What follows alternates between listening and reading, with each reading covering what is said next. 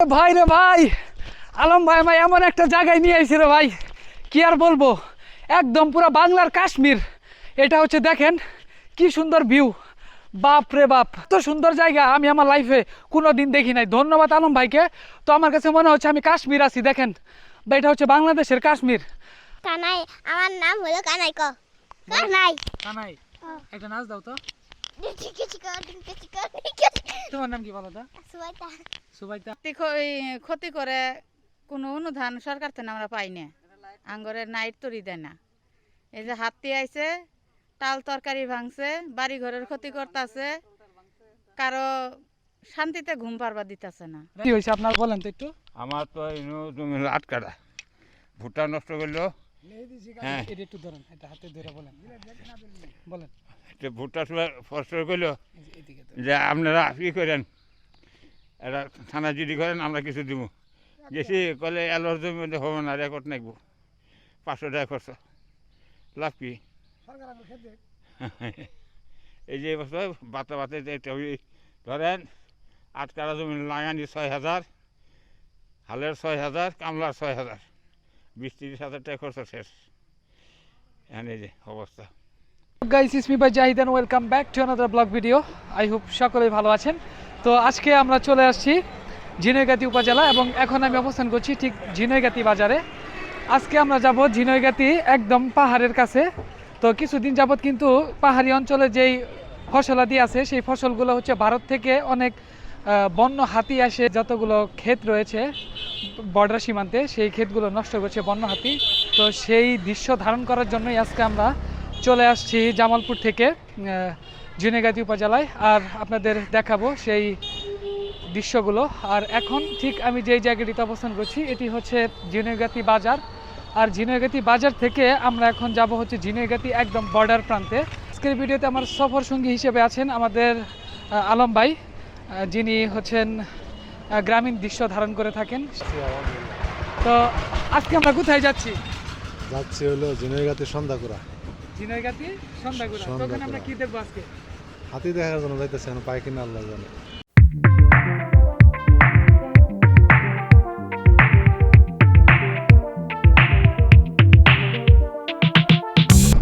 তো এখন আমরা যাচ্ছি ঝিনাইগাতি ঠিক একদম বর্ডার প্রান্তে। আর বাইকে কিন্তু আছে হচ্ছে আলম ভাই। দেখেন এখানকার যে ভিউ রে ভাই, চতুর্দিকে হচ্ছে দুই সাইডে গাছ, মাঝখান দিয়ে হচ্ছে রাস্তা। আর বিশেষ করে শেরপুর রোডের রাস্তাগুলো মানে এত সুন্দর, আপনি না আসলে উপভোগ করতে পারবেন না। আমি যতগুলো রাস্তা ঘুরেছি এবং যতগুলো জেলা ঘুরেছি সব থেকে বেশি ভালো লাগছে যাই শেরপুরের যে রাস্তাগুলো রয়েছে, বিভিন্ন উপজেলার যে রাস্তাগুলো রয়েছে আর সীমান্তবর্তী এলাকার যে রাস্তাগুলো রয়েছে সেই রাস্তাগুলো খুবই সুন্দর। দেখেন সবুজ আর সবুজ।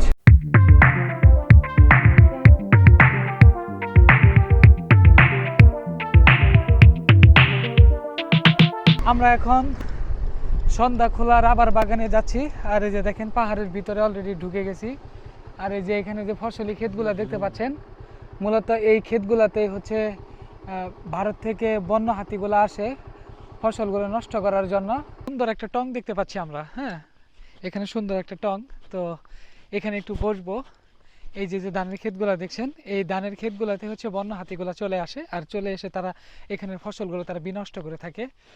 এই যে বিশাল পাহাড় কেটে কেটে হচ্ছে এখানে এই যে সুন্দর করে সবজি চাষাবাদ করা হচ্ছে। এই টংটা এই যে আমার হাতের সামনে বামে যে টংটা দেখতে পাচ্ছেন, এই টংটা হচ্ছে পাতা হয়েছে এখানে ফসলগুলো রক্ষা করার জন্য। এখানে রাতে মানুষজন থাকে এবং একটু পহরা দেয়।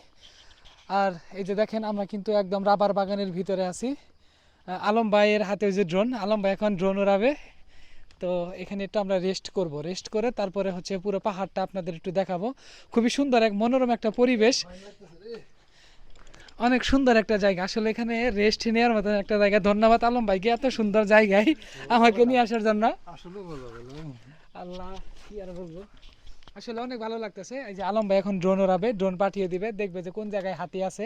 আর এই যে দেখেন মুরব্বী হচ্ছে যে এখানে আছে না। তো আপনি এখানে কি গরুর জন্য ঘাস কাটতেছেন? হাতি এখানেও আসে? ফুলের চাষাবাদ করা হয়েছে এই ক্ষেতে। দেখেন এই যে অনেক বড় একটা ক্ষেত, এই ক্ষেতে হচ্ছে গোলাপ ফুলের চাষাবাদ করা হয়েছে ভাবে বিক্রি হচ্ছে এখান থেকে। দেখেন আবার অনেকে কিন্তু চলে আসে, কেউ কেউ ভিডিও করতে, অনেকে ভিডিও মেক করতেছে। ঠিক আমার চারপাশে হচ্ছে পাহাড়, দেখেন এই যে চারপাশে হচ্ছে পাহাড়।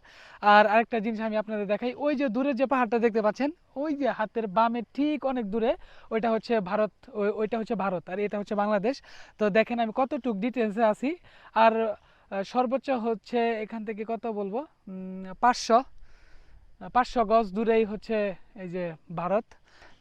এখানে যে দেখেন আমি আরো আপনাদের দেখাবো যে হাতি এসে কি পরিমাণ ক্ষয়ক্ষতি যে এখানকার লোকজনের করে, তারা খুবই দুর্বিষহ জীবনযাপন পার করছে। তো এখানে এক কৃষকের কাছ থেকে জানতে পারলাম যে সে প্রায় 4 থেকে 5 বিঘার মতো জমি করছে। তো তার জমি হচ্ছে হাতি দলগুলো এসে তারা নষ্ট করে দিয়েছে।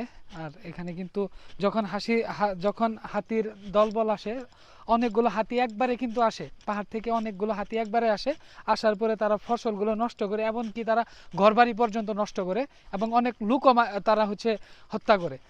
তো আসলেও এই দিকে একটু প্রশাসনের দৃষ্টি আকর্ষণ করছি, ঊর্ধ্বতন বন বিভাগ যে আছে সেই বন বিভাগের দৃষ্টি আকর্ষণ করছি।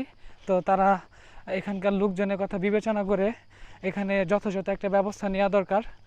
আর এইভাবে যদি চলে তাহলে এখানকার মানুষ তারা অনেক সময় হচ্ছে না খেয়ে থাকে, তারা খুবই দুর্বিষহ জীবনযাপন পরিচালনা করে।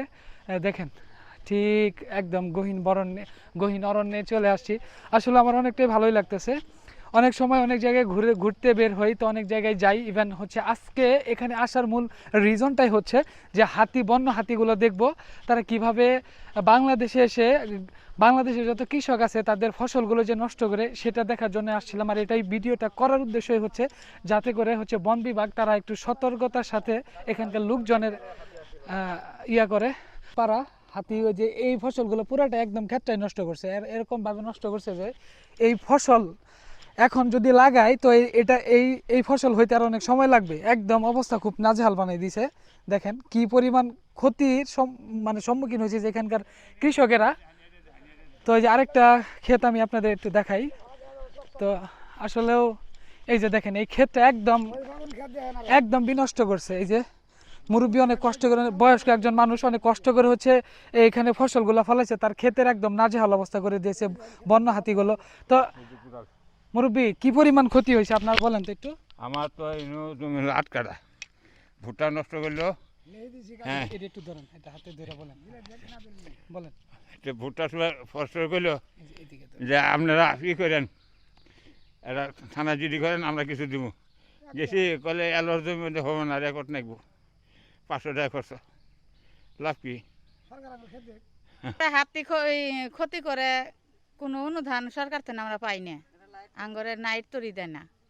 এই যে হাতি আইছে, টাল তরকারি ভাঙছে, বাড়ি ঘরের ক্ষতি করতেছে, কারো শান্তিতে ঘুম পারবা দিতেছে না, রাইতে ঘর বাড়িও ভাঙে, হ্যাঁ মানুষজনও মারে, তাই না? হ্যাঁ একদম দেখেন কি অবস্থা হয়েছে, একদম শেষ করে দিছে।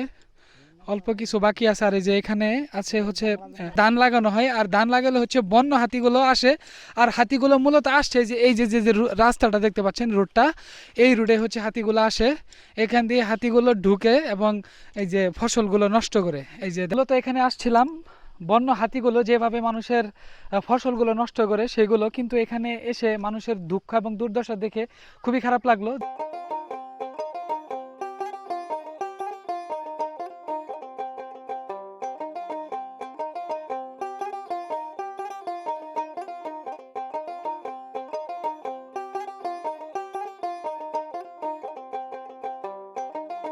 এখন আমি আছি ঝিনাইগাতি উপজেলা সন্ধ্যাকুড়ি গ্রামে। আর সন্ধ্যাকুড়ি গ্রামটি হচ্ছে একদম মেঘালয়ের তীর ঘাসা একটি গ্রাম, যেখানে কিনা দেখেন রাবার বাগানে ভরপুর, পুরো পাহাড়টা একদম কি বলবো। আর এত সুন্দর একটা জায়গা, আমি এই জায়গাটিতে এসে জায়গাটার প্রেমে পড়ে গেছি ভাই। এত সুন্দর জায়গা, আপনারা যদি না আসেন আপনি আসলে বুঝতে পারবেন না। আমার মনে হচ্ছে যে কোনো কন্টেন্ট ক্রিয়েটর আজ পর্যন্ত মনে হয় না যে এই জায়গাটাকে রিপ্রেজেন্ট করছে। আমি বর্তমানে যে জায়গাটি আছি, সন্ধ্যাকুড়ি যে গ্রামটাতে আছি, সেই গ্রামে দেখেন চতুর্দিকে পাহাড়, কি সুন্দর একটা ভিউ রে ভাই। দেখেন এই যে নীল আকাশ প্লাস হচ্ছে সবুজে সবুজ অরণ্য, আর ওইদিকে আলম ভাই হচ্ছে ড্রোন উড়াচ্ছে। আপনারা কিন্তু শেরপুরে যারা ঘুরতে আসবেন, আর শেরপুর বিশেষ করে যারা ট্রাভেল ব্লগিং করে থাকেন আপনারা কিন্তু চলে আসতে পারেন এই জায়গাটি। দেখার মতো অনেক কিছুই আছে। তো আমরা মধুটিলা ইকো পার্কে যাই, গজনি অবকাশে যাই, কিন্তু এই জায়গাটা আজ পর্যন্ত কেউ ডিসকভার করতে পারে নাই। আমার মন বলছে যে এই জায়গাটা মানে আমি যতগুলো শেরপুরের ভিতরে ছোটোখাটো যত পাহাড়গুলো দেখেছি সব থেকে ওয়ান অফ দ্য ফেমাস জায়গা হচ্ছে এই জায়গাটা। দেখেন এই যে রাবার বাগান। আর আমি আপনাদের একটু দেখাবো এখানে কিভাবে রাবার গাছ থেকে হচ্ছে রাবার সংগ্রহ করা হয়। তো শেরপুরে এটাই হচ্ছে প্রথম রাবার বাগান সন্ধিগুড়ি গ্রামে। এই যে দেখেন ভিউটা দেখেন। আর ওই যে আলম ভাই হচ্ছে ড্রোনও আছে, আপনারা ড্রোনের ফুটেজটা হচ্ছে পাবেন। তো এখন আমি আপনাদের একটু দেখাবো যে এখানে কিভাবে রাবার সংগ্রহ করা হয়। এই যে দেখেন, যদি আমি আপনাদের দেখাই, যে দেখেন এই যে গাছ থেকে যে রাবার সংগ্রহ করা হচ্ছে, এই যে গাছের রাবারে যে এখানে দেখেন এই জায়গাটিতে হচ্ছে রাবারের কষগুলো হচ্ছে জড়া হচ্ছে। দেখেন কি সুন্দর যে পরিবেশটার ভাই। বিজিবি ক্যাম্প, এই যে সামনে বিজিবি ক্যাম্প, এটা মনে হচ্ছে বিজিবি ক্যাম্প। আমার নাম হলো কানাই ক। কানাই। কানাই, একটা নাচ দাও তো। তোমার নাম কি বলো তো? সুবাইতা। সুবাইতা। তোমার বাসা এখানে? না, আমার বাড়ি শিরপুর। শেরপুর। তেনে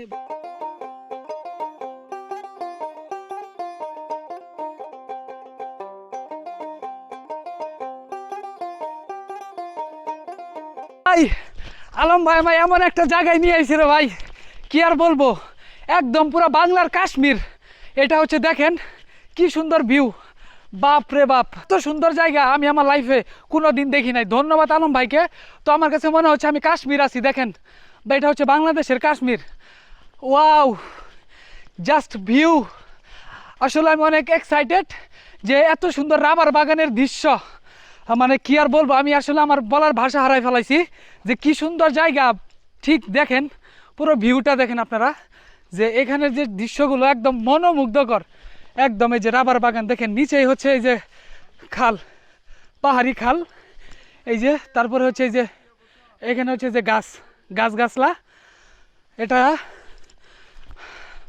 দৃশ্যটা আমি একদম হাঁপাই গেছি ভাই, এত সুন্দর জায়গা।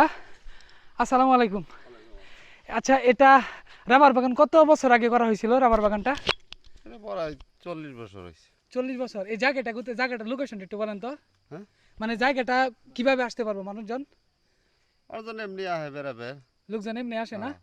তো প্রতিদিন কি পরিমাণ লোক, অনেক লোক আসে না? না অত বেশি আয় না।